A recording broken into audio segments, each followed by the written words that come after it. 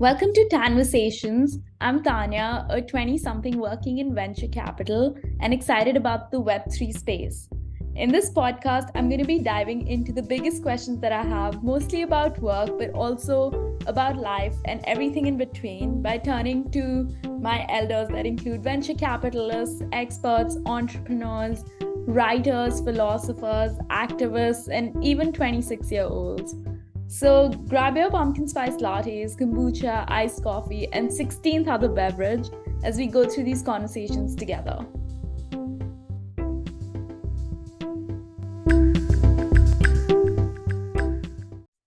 And my guest for today is Payal Shah, who is a content creator and also the founder of Limitless. Payal actually started her career in architecture, but very quickly found her calling in the jewelry industry when she went on to found her own company called Limitless. This was just a year after she graduated from university. Now, 11 years later, her jewelry pieces are actually worn by some of the most famous people in the world that include Rihana, Mindy Kaling, Michelle Obama, and even Nick Jonas. And just this year, she also entered into the Web3 space with the launch of her NFT earrings called Limitless earrings. In this interview, she talks about her journey from her jewelry business to content creation to her entry into Web3. She also discusses the highs and lows that she went through when building her company, what she looks for when she's hiring people, and things she's excited about working on next. In the last segment, we also briefly go over her encounters with celebrities like Mindy Kaling and Kris Jenner.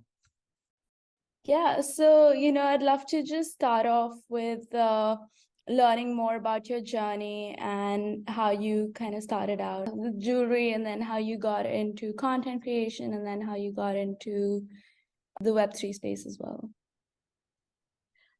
Started my jewelry business 2011. It was something I was doing part-time with my parents, kind of just assorting diamond and designing pieces for myself. I was working at an architecture firm, full-time whilst I was doing that, because that's what I had studied. Eventually I, had a few pieces that I designed. And I was at the Jewelry Expo in Hong Kong, where a Singapore company liked what they saw, and they thought I'd come on as like a capsule designer. So I did that, and they let me be part of the team and kind of explore the sales aspect. And we went to Vegas. We launched the collection there. It did quite well. We got a great response, and I experienced with it. I left my architecture job and experienced with them for a year. And then I decided that I was going to do this by myself. So that's how I initially started small. We did a ton of trade shows, a lot of wholesale. And then eventually, when people were recognizing the designs and the pieces for what it was, it kind of started becoming a brand of its own, because it had its own identity.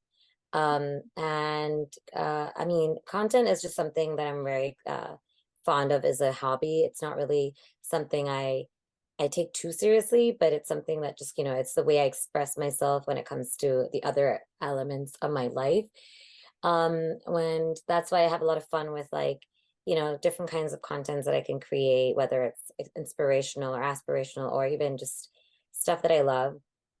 And as for Web3, tech has been an intricate part of my growth as personally and for my business. So naturally, when Web3 or crypto and web NFTs came about, it was something that intrigued me early on. And as I understood how important and how powerful the blockchain is, I realized what an impact that could make to the luxury industry. And that's how Web3 is integrated into the jewelry brand today. Yeah, sounds good. I think it's such an incredible journey overall. And, obviously right now you work with some of the most, I guess, famous people in the world. So when you were starting out, did you picture that that's how big it was going to grow? You know what? Like, definitely was a dreamer. It wasn't that I was dreaming of this specifically, but I always dreamt of, you know, obviously dreaming outside of your comfort zone and making sure that you're you're kind of doing things outside of the box, was something I lived by at a young age. I like pushing myself, and I like, surprising myself with my own limits, and with an amazing team and lots of hard work, and really putting one aspect of your lifestyle over the other. If you're open to meeting people, and inviting yourself to things that are going to teach you and bring knowledge to you, automatically you start meeting and seeing some amazing people in your life. And some things come to you as a shock and surprise, and some things come to you because you really manifested it. Yeah. But either way, it's you have to plant that seed and put in the work, and make sure you're growing at every stage. Yeah, absolutely. So far, what do you think has been your biggest pinch me moment? Oh, I can't have one. I mean, I would be filled with bruises today if I had to pinch every moment that I could sort of highlight. It's been 11 years, so there have been some highs and some lows, some very, unimaginable moments, but some very low moments too. Not every day is as glamorous as it comes out to be seen. There are days where literally nothing is working. There have been times where I almost ran out. I almost was at the lowest point of my business, and there were times where I could not fathom how well it was doing. So, it's definitely been a roller coaster ride, and just coming out of those out of Mm. uh, negative moments has been definitely a way to understand that there's always light at the end of the tunnel. How do you overcome like these setbacks or the very low moments that you go through? I spend more time problem solving as opposed to just being sad about it. I think it's important that when you come to a sort of a pit stop in your career or your project, instead of thinking that it's working against you, see that it might be working for you, and that maybe taking the route B or working around it might be part of the journey. I mean, it's hard, but you have to keep a positive mindset. And then also having an amazing team that's constantly positive around you is as motivated as you, you know, um, making sure you surround yourself with good people who encourage you and get you out of your rut, and then just practicing gratitude and understanding that if you didn't go through the bad, you'd never understand the good. Yeah, absolutely. So you also started this business when you were quite young. So when you were building out a team, what were the things that you were looking for? Number one is loyalty. I think loyalty is like the most incredible thing you can have from your team members. Mm. And then sharing the same vision. Like, I think everyone, it everyone wants to succeed, and collectively, and finding team members that got your vision and then also wanted to work with you on it with you. It's like, it's hard, to motivate other people when it's, initially your dream. But eventually, if you can get, positive, um, sort of easy going, easy, working team together, I think you can really find, some people who are hardworking but have a balanced, outlook. You can really conquer a lot of things. Yeah. So I think just going a little bit deeper into the Web3 and the NFT space. So what was the process like for you to come up with the earrings and, just kind of wanted to learn more about that? Well, the idea with in our Web3 is we're really bullish on the blockchain. Mm. And we like the idea that there's so much provenance that we can lock onto the information, that we can lock onto the blockchain, especially with luxury goods that, remain or retain its value over the years, and to have that recorded, and eventually in years, like, just, knowing where the piece is at, where it's going, and who it's owned by, and all of that is really exciting. So that was one of the main reasons we did asset backed digital assets. The idea was to make sure that there was, like, it's almost like a digital warranty card, Mm. in the sense that, like, you have it, it's a proof of purchase. It gives it this authentication, especially when we live in a world where we have so many counterfeit products, and it really demolishes the original brand. Yeah. So to really have something like the blockchain verify that product, authenticate it, and then for the brand owner to know where their pieces are sort of headed is what excites me about the space. And with those earrings, we did a 24-hour auction. It was first of its kind. It Mm. was we released the NFT, and then whoever won the NFT could then redeem the item in real life. And it was just a really exciting time to understand how people will adapt going forward to the way we consume and the way we buy. And it in some ways is great because you don't overproduce, so that idea of overconsumption is also reduced. And I think the world should head in that direction. Yeah, and I love the name as well, like Limitless earrings. What was the Yeah. thought behind the name? The limitless is it is what it is, right? There's limitless opportunities, and when you are part of the web, there's kind of like no ending to things. It's truly limitless to what you can do with the right uh the right tech behind it. Um, we wanted to make sure that it represented the fact that there's so many limitless opportunities and limitless positive attributes that it brings to having this kind of technology integrated with a real life product. So, there were many meanings. It was the idea that there are limitless opportunities, there are limitless ways this could go. Yeah, and what are you kind of working on next, or what are you excited about next? So we're going to do this for some of our more higher end pieces that are one of a kind. Mm. You're going to be able to obtain a digital asset that's going to play as your proof of purchase and verification.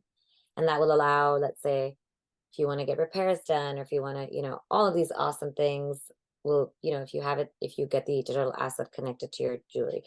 Um, it's the idea of being more transparent about where your goods go and who your goods are purchased by, and if there's a secondary, a sale after the secondary, the original brand gets to kind of see that in process. Yeah. So that idea of transparency, we're focusing on that.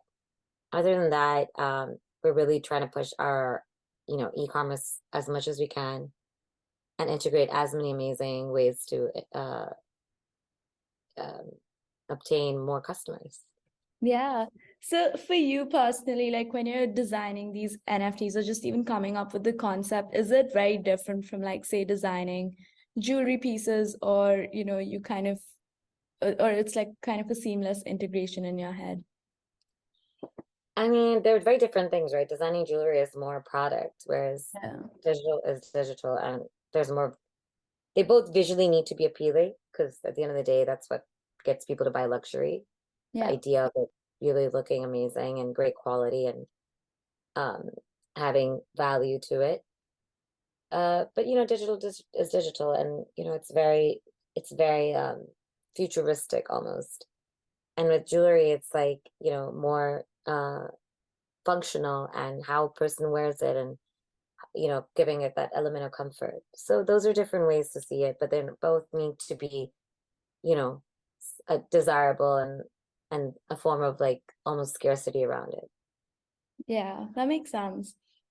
And I think for the last part, I just wanted to do a quick little dive into some of the kind of interesting celebrities that you worked with. Who do you think was the most fun? Or if you have any interesting stories. So I mean, I don't actually work with a lot of them directly. We work with the stylists who work with the celebrities. We work with the stylists who dress the celebrities. But it's exciting times where obviously when someone like Rihanna actually wants to purchase the items, because she's loaned them for styling, and then she's like, actually, I don't want to return these pieces, so ends up buying them. And then I once I got an email from Mindy Kaling the first time I spoke to her, and I didn't believe that it was her, because it was like the most generic email address, and I didn't think, I thought it was a spam. And then just so that she could prove me that it wasn't, we started iMessaging, And then she sent me her outfits, and it was just like, this is crazy. Like, I cannot believe this is happening. Um, Other than that, like, I mean, it's fun, like seeing some of your favorite artists that you love listening to, watching, you love their admire their style, and you start seeing them wear your jewelry. It Yeah. it is definitely very motivational, and it gives you it kind of makes you feel like you're doing something right. Yeah, absolutely. And I think the last question that I have is it also true that you had dinner with Kris Jenner during Paris Fashion Week? So I was at Hotel Cost, um, which is a place people go for dinner during I mean, and I was there during Fashion Week, and my best friend had come visit me, and the both of us decided to have dinner at this place, and we were literally sat next to the table right next to Kris Jenner and Olivier.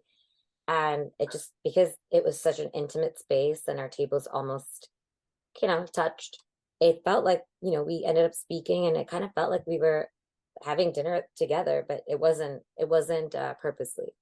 Oh, it's so very cool. Hmm.